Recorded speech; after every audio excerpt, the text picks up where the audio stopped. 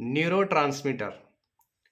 जी हाँ, न्यूरोट्रांसमीटर क्या है, कौन कौन से न्यूरोट्रांसमीटर होते हैं हमारे बॉडी में और उनका रोल हमारे बॉडी में क्या होता है, हमारे जीवन में इसका क्या रोल होता है, इसके बारे में मैं आज पूरा डिटेल में इस वीडियो में बताने जा रहा हूँ आपको। जैसा मैंने बताया कि न्यूरोट्रांसमीटर तो हो सकता है कुछ लोगों के लिए ये नया वर्ड हो सकता है, और अभी जो वीडियो में बना रहा हूँ जो आप सुन रहे हैं उसमें भी कुछ ऐसे वर्ड्स, कुछ ऐसी टर्मिनोलॉजी आ सकती है जो मेडिकली है। ठीक है, इसलिए शायद आपको थोड़ा सा समझने में दिक्कत हो सकती है, लेकिन मैं यहाँ सिर्फ एक ही बात कहूँगा कि जितना भी आपको समझ में आ रहा है, जितना भी आपको समझ में आ रहा है, बस समझने की कोशिश करें। ठीक है, नहीं आ रहा है तो कोई बात नहीं है, लेकिन 2-4 बार अगर आप देखते हैं ना तो आपको बहुत कुछ, मोर देन 50% या 60% आपको समझ में आ जाएगा कि मैं क्या कहना चाहता हूँ।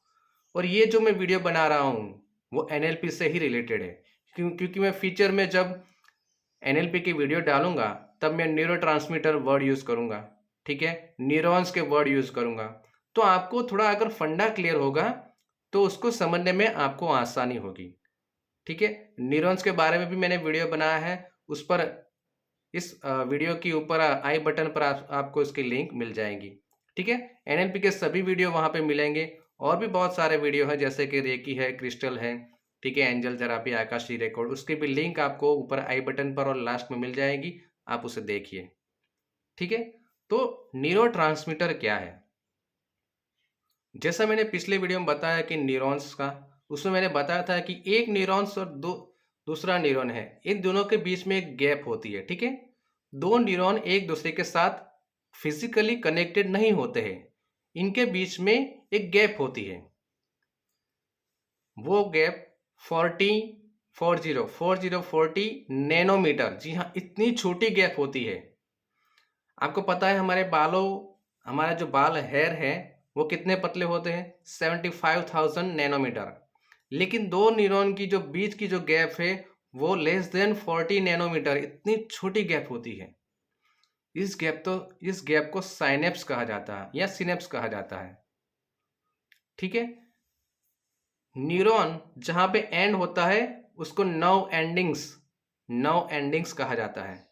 ठीक है, ये दोनों नर्व एंडिंग्स के बीच में ये जो गैप होती है वहां पे, जैसे मैंने बताया कि साइनेप्स कहा जाता है, उस नर्व एंडिंग्स में कुछ केमिकल्स होते हैं, हॉर्मोन्स होते हैं, इसको कहा जाता है न्यूरो ट्रांसमीटर। फिर से बता रहा हूं, जो नर्व्स होती है उसके जो एंडिंग्स होते हैं, नर्व एंडिंग, उसमें कुछ केमिकल्स होते हैं, उसको न्यूरो ट्रांसमीटर कहा जाता है। ये न्यूरोट्रांसमीटर केमिकल मैसेंजर के रूप में हमारे बॉडी में काम करते हैं, केमिकल मैसेंजर कहा जाता है इसको। जो भी कोई इंफॉर्मेशन आती है, ठीक है, बाहर से या अंदर से जो कुछ भी इंफॉर्मेशन जाती है न्यूरॉन के अंदर, तो वहां पे एक इलेक्ट्रिकल पोटेंशियल जनरेट होता है। वो इलेक्ट्रिकल पोटेंशियल एक्सॉन के द्वारा नर्व सेल्स में ट्रांसमिट होती है, और वहां पे जो नर्व एंडिक्स होते हैं वहां पे उसको स्टिमुलेट करते हैं, एक्साइट करते हैं। और जब एक्साइट करते हैं तब ये जो नर्व एंडिंग्स में ये जो केमिकल यानी कि न्यूरोट्रांसमीटर होते हैं वो रिलीज होते हैं, और फिर दूसरे न्यूरॉन में ट्रांसफॉर्म होते हैं। एक न्यूरॉन से दूसरे न्यूरॉन में ये ट्रांसफॉर्म होते रहते हैं, और वहां पे लास्ट में वो उनके टारगेट सेल कौन हो सकते हैं? नर्व सेल्स भी हो सकते हैं, हमारे मसल्स भी हो सकते हैं, हमारे ऑर्गन हो सकते हैं, हमारी जो ग्लैंड्स है जैसे कि सलाइवरी ग्लैंड है, लीवर है, पेंक्रियास है। ठीक है, हमारे जो ऑर्गन है जैसे कि हार्ट है, लंग्स है, ये हमारे हैंड्स है, ठीक है, पैर है, दिमाग है, सब में ये ट्रांसफॉर्म होते हैं। ये मैसेज, जो भी मैसेज उसको मिला है उस हिसाब से ये न्यूरोट्रांसमीटर हमारे लिए बहुत अच्छे माने जाते हैं। लेकिन अगर वो नेचुरली है तो, जी हाँ, ये बात ध्यान में रखिए, अगर न्यूरोट्रांसमीटर नेचुरली रिलीज हो रहे हैं तो ही वो अच्छे हैं। ठीक है, तो यहाँ पे ये न्यूरोट्रांसमीटर का काम क्या होता है? न्यूरोट्रांसमीटर का काम होता है, हमारी थिंकिंग से रिलेटेड होता है, रीजनिंग से रिलेटेड होता है, हमारी लर्निंग पैटर्न से रिलेटेड होता है, हमारी जो मेमोरी है उससे रिलेटेड होते हैं, हमारा जो हार्ट बीट होता है कंट्रोल उससे होता है, हमारी जो ब्रीदिंग है वो भी उससे कंट्रोल होती है, लीवर का फंक्शन है, हमारी किडनी का फंक्शन है, हमारी जो डाइजेस्टिव सिस्टम है वो भी इनसे कंट्रोल होती है, हमारा जो ब्लड प्रेशर है, जो ब्लड शुगर है वो भी ये कंट्रोल करते हैं, हमारी जो स्लीप पैटर्न होती है वो भी ये कंट्रोल करते हैं, हमारा जो दिन भर की जो एक्टिविटी होती है, ठीक है, ये भी ये कंट्रोल करते हैं, हमारा जो फाइट या फ्लाइट मोड यानी कि किसी प्रकार का स्ट्रेस आया या कोई थ्रेट आया, ठीक है, तो उसको हमें कैसे रिस्पॉन्स देना है, ठीक है, उसके सामने लड़ना है या फिर वहाँ से हमें वहाँ से दूर चला जाना है, ठीक है, तो ये सब जो रिस्पॉन्स होते हैं ये भी ये न्यूरोट्रांसमीटर ही रेगुलेट करते हैं, यानी एक बहुत बड़ा मेजर रोल, ऐसा कहेंगे कि इसके सिवाय हमारी जिंदगी ही नहीं है, ऐसा कहेंगे तो भी चलेगा। इसी तरह से हमारे पूरे बॉडी का जो फंक्शन है, माइंड का जो फंक्शन है, वो सब इन न्यूरोट्रांसमीटर की वजह से होता है। और इससे बहुत सारे न्यूरोट्रांसमीटर होते हैं जो हमारी बॉडी में ये रिलीज होते रहते हैं हर टाइम, ठीक है, क्योंकि हर टाइम हम कुछ ना कुछ एक्शन करते ही रहते होते हैं, भले ही चाहे सोते हो तो सोने के लिए भी वो जरूरी है, ठीक है, तो पूरा जो हमारा दिन भर का, हमारी पूरी लाइफ भी मैं तो कह दूं वो इन पर ही रिलेटेड है, इनके बिना हमारे बॉडी प्रॉपरली फंक्शन ही कर ही नहीं सकती है, ठीक है, तो इतना मेजर जो रोल है हमारे न्यूरोट्रांसमीटर प्ले करते हैं हमारी लाइफ में, हमारी बॉडी में, हमारे माइंड में। तो कुछ न्यूरोट्रांसमीटर के बारे में मैं आपको बताऊंगा, जैसे मैंने बताया कि ये कुछ मेडिकल टर्मिनोलॉजी होगी, जितना याद रख सकता है आप याद रखने की कोशिश करें, इसमें से जो भी जरूरी होंगे न्यूरोट्रांसमीटर जिसके बारे में आपको जानना जरूरी है उसके बारे में फ्यूचर में मैं डिटेल से वीडियो बनाऊंगा।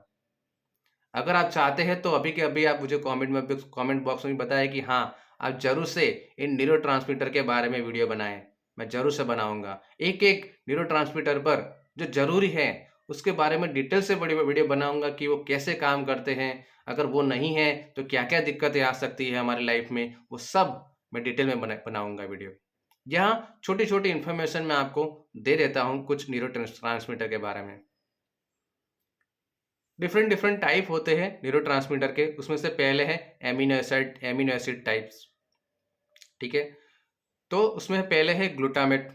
ग्लूटामेट जो होते हैं वो मोस्ट एबंडेंट माने जाते हैं और वो हमारी थिंकिंग, मुझे देखना पड़ रहा है, ठीक है, क्योंकि बहुत कुछ है, मैं भूल नहीं जाऊं इसलिए मैं कुछ देख के ही बता रहा हूं आपको। ग्लूटामेट जो होते हैं हमारी थिंकिंग, लर्निंग और मेमोरी से रिलेटेड होते हैं। Glutamate neurotransmitter thinking, learning, memory से रिलेटेड होते हैं। दूसरा है गाबा, GABA, यानी कि gamma amino butyric acid, gamma amino butyric acid, ये हमें एंजाइटी है, डिप्रेशन है, इरिटेबिलिटी है, इन सब से डीलिंग में हमारी हेल्प करते हैं। आगे हैं दूसरा टाइप के हैं मोनोएमाइन न्यूरोट्रांसमीटर। मोनोएमाइन न्यूरोट्रांसमीटर याद रहता है तो ठीक है, कोई बात नहीं है, ठीक है, डिटेल में मैं आपके लिए जो जरूरी है उसके बारे में मैं डिटेल से वीडियो बनाऊंगा, ठीक है, बस थोड़ा बेसिक फंडा क्लियर कर लीजिए आप इस वीडियो से। मोनोएमाइन न्यूरोट्रांसमीटर में पहला है सेरोटोनिन, वो हमारा मूड हार्मोन कहा जाता है, हमारा जो मूड चेंज होता है ना, अच्छा मूड जो बनता है ना, वो सेरोटोनिन की वजह से होता है, रेगुलेट करता है हमारे मूड को, हमारे स्लीप पैटर्न को वो हेल्प करता है, एंजाइटी में वो डीलिंग में हेल्प करता है, एपेटाइट है, पेन है, इनको डीलिंग में सेरोटोनिन हार्मोन हेल्प करता है। फिर से बता रहा हूँ, serotonin hormone mood hormone, regulate moods, ठीक है, सेक्सुअल डिजायर में हेल्प करते हैं, सेक्सुअल अराउजल में हेल्प करते हैं, पेन, एंजाइटी, डिप्रेशन, इनमें इसको डीलिंग करने में हेल्प करते हैं, स्लीप पैटर्न को भी वो रेगुलेट करते हैं। आगे है डोपामिन, ये भी फीलिंग, प्लेजर, जो अच्छे वाले हमें खुशी वाली जो फीलिंग लाते हैं ना, वो डोपामिन हार्मोन कहा जाते हैं। अच्छी वाली फीलिंग जब आते हैं तब हमारे बॉडी में डोपामिन हार्मोन रिलीज होते हैं। और क्या कहते हैं, मोटिवेशन लाते हैं। कई बार आप अपने आप को जब मोटिवेट करते हो तो समझ लीजिए डोपामिन रिलीज हो रहे हैं। हाइटनेट जब आप अपनी पीक पर होते हैं ना कुछ, तो हाइटनेट जब रिस्पॉन्स होता है तब भी डोपामिन रिलीज होता है। ये डोपामिन की वजह से हो रहा है हमारे, ठीक है। लर्निंग, फोकस, कंसंट्रेशन, जैसे कि स्टडी से रिलेटेड बच्चों के, तो उनके लिए डोपामिन हार्मोन होना जरूरी है, ठीक है। तो इन सब में ये काम करते हैं। मेमोरी पैटर्न, स्लीप पैटर्न, इनमें भी डोपामिन का रोल्स होता है, ठीक है। यानी ये बहुत ही जगह का काम करता है। डोपामिन अच्छा हार्मोन माना जाता है, सेरोटोनिन जैसा। आगे है एपिनेफ्रिन हार्मोन और non epinephrine. Epinephrine, non epinephrine, इसको हम कॉर्टिजोल भी कहते हैं कुछ लोग, ठीक है। ये जब भी हम फाइट या फ्लाइट मोड में होते हैं तब ये रिलीज होते हैं। फॉर एग्जाम्पल, अगर आपके पीछे कोई कुत्ता काटने को दौड़ा है तो अब दो ही चीज़ें रहेंगी, जैसे कि या तो आप उनके सामने लड़ाई करें, ठीक है, अपने आप को प्रोटेक्ट करने के लिए, या फिर वहां से भाग जाएं। तो ये फाइट एंड फ्लाइट मोड हुआ। तो उनमें ये कॉर्टिजोल जो हार्मोन होते हैं वो रिलीज होते हैं। वो क्या करते हैं, अगर लड़ना है या दौड़ना है तो इन दोनों चीज़ों में हमारी बॉडी में जो चाहिए वो काम करते हैं। वो हमारे हार्ट रेट बढ़ा देंगे, ठीक है। हमारा जो सर्कुलेशन है वो हमारी एक्सट्रीमिटीज़ यानी कि पैर और हाथों में ले जाएंगे ताकि हम दौड़ सके या रिस्पांस दे सके प्रोटेक्शन का, ठीक है। ब्लड शुगर भी बढ़ा देते हैं ब्लड में, ठीक है। यानी कि ये हमारे प्रोटेक्शन के लिए काम करते हैं। जब ऐसे कुछ फियर होते हैं या थ्रेट आ जाता है हमारे सामने, या ऐसी कोई मुश्किल परिस्थितियाँ आ जाती है तब, ठीक है। इसके बारे में और डिटेल में बनाऊंगा, ठीक है, चिंता मत करिए। फिर आगे है endorphin hormone. Endorphin hormone natural pain reliever hormone माना जाता है। Natural pain reliever hormone. एक एक्सपेरिमेंट घर पे करिए, देखिए कि अगर कहीं पे अगर आपको पेन है तो एक काम करें, आप जोर जोर से हंसे, इतना हंसे कि आपका पेट दुख जाए। उस टाइम आप देखेंगे तो आपका पेन काफ़ी हद तक कम हो गया होगा। ये इसलिए हो रहा है कि एंडोर्फिन रिलीज होता है जब आप बहुत ही अच्छे मूड में होते हैं और हंस रहे होते हैं, ठीक है। तो ये नेचुरल पेन रिलीवर का काम करता है। फीलिंग गुड हार्मोन का ये काम करता है। आगे है एसिटाइल कोलाइन। वो भी हमारा बीपी को, गट मोटिलिटी को वो कंट्रोल करते हैं, ठीक है। तो इस तरह से। और हाँ, एक हार्मोन एक और रह गया है, ऑक्सीटोसिन। ऑक्सीटोसिन ये क्या काम करते हैं, जब मदर की डिलीवरी होती है तब जो यूट्रान होता है उसका कॉन्ट्रैक्शन करते हैं, ठीक है। इसलिए बेबी की डिलीवरी इजी हो जाती है। और आफ्टर डिलीवरी जो ब्रेस्ट होती है उसके भी कॉन्ट्रैक्शन करते हैं और उसमें मिल्क प्रोडक्शन का काम करते हैं, इसलिए वो लैक्टेशन यानी कि बेबी को जो फीडिंग करवाना होता है उसमें भी ये काम करते हैं। ये रिलेशनशिप का, लव का हार्मोन माना जाता है, ठीक है। इंटीमेट रिलेशनशिप है, सेक्सुअली डिजायर है, ठीक है, इसमें ये काम करते हैं। पेरेंट और चिल्ड्रन के बीच में, हस्बैंड या वाइफ के बीच, या दो व्यक्ति के बीच में जो लव का रिलेशनशिप होता है उसमें ये ऑक्सीटोसिन हार्मोन काम करते हैं। तो ये आपने देखा, ये इतने सारे हार्मोन होते हैं हमारे बॉडी में, कितने सारे फंक्शन रेगुलेट करते हैं। और ये तो कुछ हार्मोन ही है जो मैं आपको बता रहा हूँ, ठीक है। बहुत सारे हार्मोन होते हैं लेकिन कुछ ही जरूरी होते हैं, उसके बारे में मैं आपको डिटेल में आगे बताता रहूँगा।